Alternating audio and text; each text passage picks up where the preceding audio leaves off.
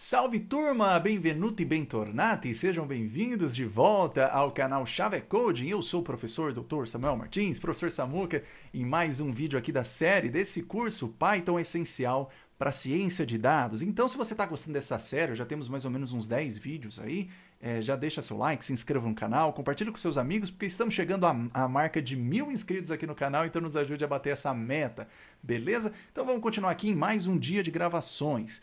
Então, o que nós vimos até então, pessoal, foi, até paramos na parte de condicionais, né, do if, a gente viu isso no vídeo passado. Nesse vídeo nós começaremos a estudar, então, as estruturas de repetição.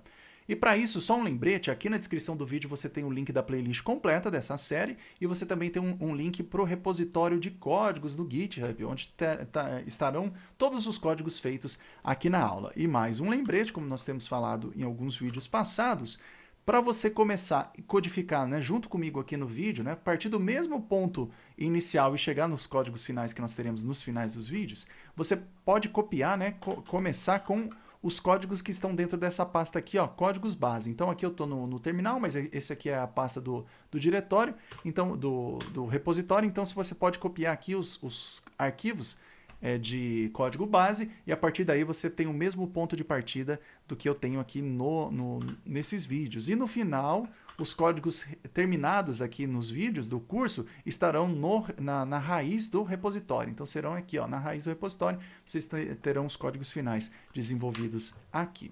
Muito bem, chega de papo, vamos começar aqui então. Ó, eu vou abrir aqui o Jupyter Lab, lembrando que vocês podem também usar o Google Colab, né, no browser, para vocês desenvolverem os notebooks aqui, sem problema nenhum, mas eu estou usando a versão local e para isso eu tenho que carregar o Jupyter Lab aqui na pasta do repositório.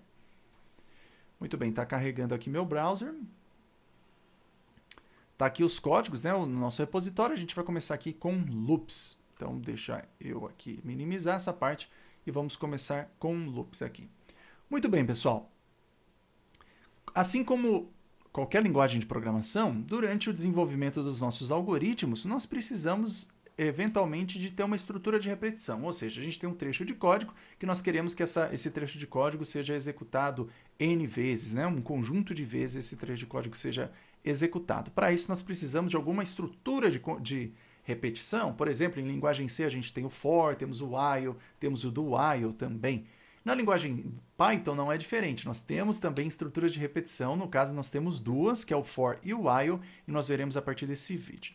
Só que antes de começar a estudar os loops, né, as estruturas de repetição, a gente precisa entender um conceito super importante e poderoso em Python, que é o conceito de intervalos. Então vamos a ele. Gerando intervalos com a função range. Então até vou escrever aqui, ó, com a função range. Um dos exemplos mais comuns de loops é iterar para um dado intervalo de valores. Então, suponha que desejamos codificar um loop que itere de 0 até n-1, onde n é onde o parâmetro n é definido pelo usuário.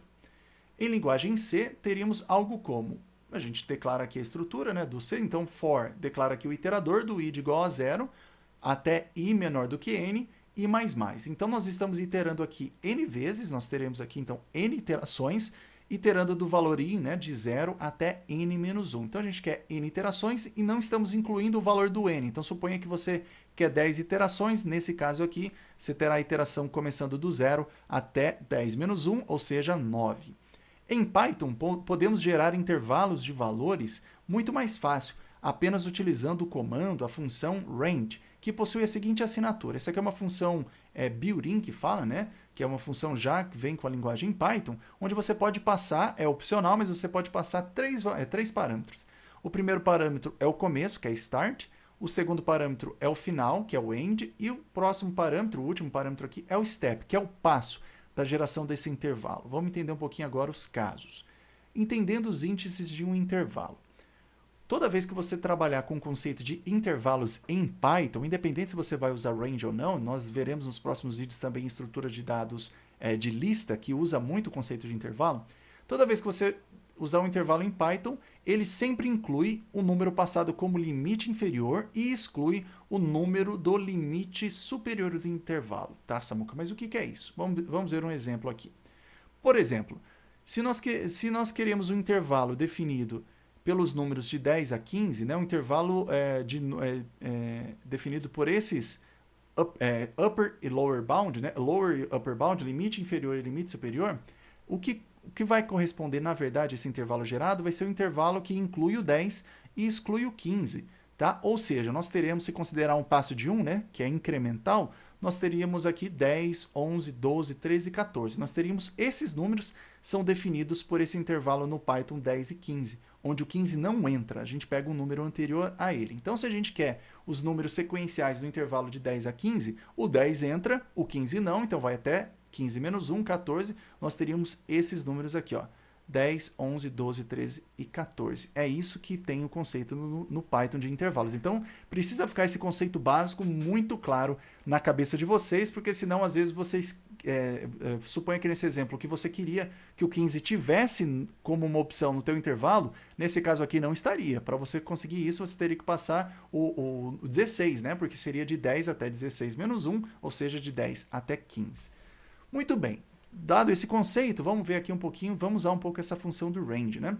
O range, pessoal, ele permite que a gente passe os 3 parâmetros, 2 parâmetros ou 1 parâmetro também é aceitável.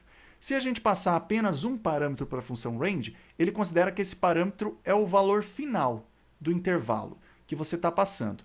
E por padrão, se você fizer isso, o valor do começo do intervalo ele considera que é 0. Então, se você passar, novamente, passar apenas um parâmetro, um único valor, né, um único número por range, ele considera que esse é o número final, o limite superior do seu intervalo, que não estará incluso, né, na lista de valores, e o valor inicial que você não passou, ele vai considerar 0 por padrão. Então, a gente poderia fazer o seguinte, ó, vamos colocar aqui que a gente quer um intervalo 10. Esse 10 ele significa o quê? Gera um intervalo de 0 até 10, onde o 10 não está incluso, né? Então, lembre, com passo 1, né? Com step 1, com passo 1, onde o 10 não está incluso na lista de valores do intervalo. Aqui, deixa eu baixar um pouquinho. Intervalo. É isso que nós temos. Então, vamos executar esse código aqui. Note que o que retornou range é uma função, né? Vou até colocar uma linha aqui a mais. O range ele é uma função que vai retornar aqui ó, por padrão um intervalo de 0 até 10, onde o 10 é o limite superior e o passo aqui é de 1. Né? Por padrão, ele vai considerar incremental, né? Com um passo de 1. Olhando só isso aqui, você tem que sempre lembrar que o 0 vai estará incluso e o 10 não. Então, seria um intervalo com os números de 0 até 9. É isso que acontecem aqui dessa maneira. Então, eu posso até melhorar aqui esse comentário. Então, vai gerar isso, ou seja, teremos os números de 0 a 9. É isso que nós teremos aqui. Só que note que aqui ele retornou para nós um range de 0 a 10, né? Não retornou a lista de números. Aí, se você usar aquela função do tipo para saber qual que é o tipo de dados e eu passar esse valor aqui, olha só que interessante. A função range de 10, ela está retornando exatamente isso aqui, ó. E esse valor aqui, ele é do tipo range, que é um tipo intervalo. Então, explicitamente a gente não tem os números desse intervalo. Então, note que o retorno é um range de 0 a 10 e internamente este tipo é uma lista contendo todos os números do intervalo, mas aqui explicitamente não é.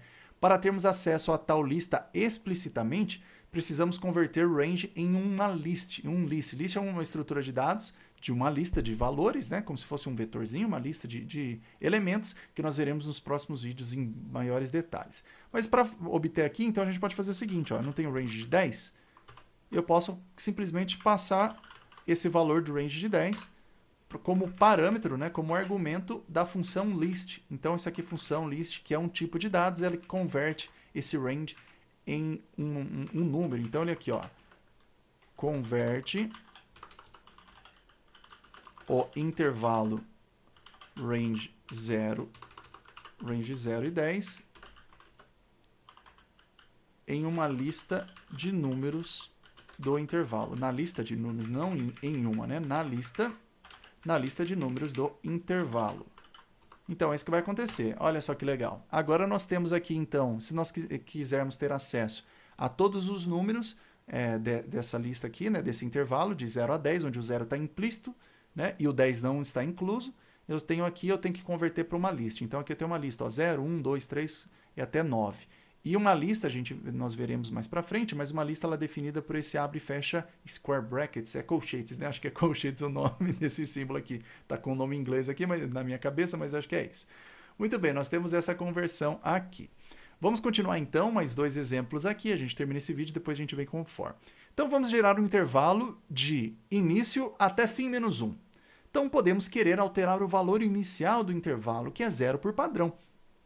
Para isso, devemos passar 2 parâmetros para o range, sendo o primeiro deles o limite inferior, que está incluso no intervalo de valores, e depois o segundo valor é o limite superior, que está excluso do intervalo, que é o nosso upper bound.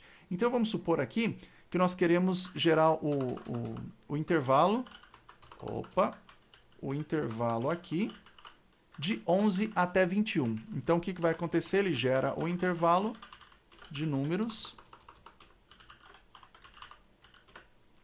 que está incluso o 11 e está excluso o 21. Ou seja, números de 11 a 21. É isso que nós temos. E aqui, por padrão, nós temos o passo de 1. Então, vai ser incremental. Então, começa no 11, vai somando 1, até que extrapola, né, até que chega no 21. Só que o 21 não está incluso. É isso que nós temos.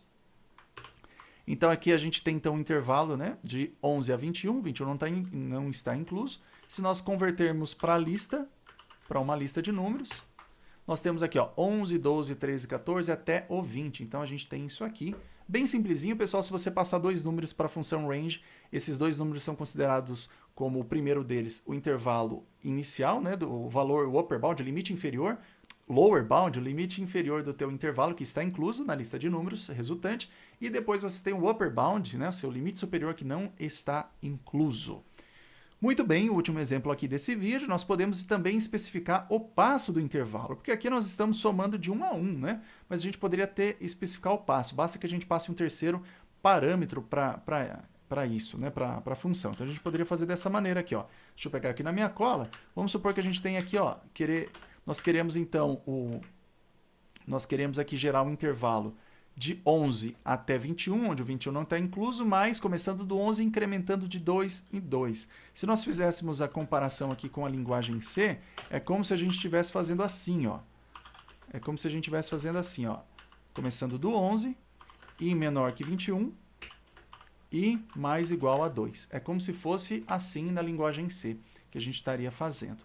Tá bom? Nós teríamos dessa maneira aqui, onde nós temos esse intervalo e novamente nós poderíamos converter isso aqui para uma lista onde nós teríamos, começa no 11, vai somando 2, 11, 13, 15, 17, 19, o próximo seria 21, mas o 21 é nosso upper bound e ele não está incluso no nosso intervalo, então é isso que nós temos dessa seguinte maneira, tá bom? É isso que nós temos aqui. Se você quisesse, dá para ter algumas outras variações, então, por exemplo, se você quer começar um intervalo que começa no 0, termina num dado número com um passo de 2 ou mais, você pode fazer dessa forma aqui, ó. Por exemplo, vou colocar aqui, ó, outro exemplo. Você poderia fazer assim, ó, eu quero um intervalo que vai de 0 até 10 com passo de 2, onde o 10 não está incluso, então vamos colocar aqui uma lista, ó. Você poderia fazer disso, assim. Então ele vai colocar 0 mais 2 mais 4, mais 0 mais 2 vai somando 2, então 0, 2, 4, 6 e 8, e o 10 não está incluso. Ou, se você não quiser, você pode omitir o valor do 0 aqui, mas aqui você vai ter que informar que esse número aqui é o step. Isso aqui não deu certo, você vai ter que, na verdade, informar outras coisas. Aqui você teria que informar que é o final. Aqui eu acho que vai funcionar. Não informou, takes no keyboard arguments. Tá, não funciona dessa maneira, eu achava que funcionava, mas não funciona. Então, se você, por padrão, quer começar... Ele não tem parâmetros nomeados, né? Então, se você quiser, por padrão aqui, começar do 0, não tem como você... E ter um passo que não seja 1, você tem que passar o 0 aqui por padrão. Não tem. Eu achava que dava, mas não dá isso aqui. Muito bem, você tem dessa maneira. Sempre tem que informar. Se você vai mudar o passo, você tem que informar o lower bound, o upper bound e o valor do passo. E assim a gente termina, pessoal, esse vídeo. Já está até um pouquinho longo, mais de 10 minutos. A gente termina e no próximo vídeo a gente vê o for e talvez até veja o while no mesmo vídeo, a partir do próximo vídeo. Tá bom, pessoal? Então é isso aí. Deixa seu like. Nos vemos no próximo vídeo.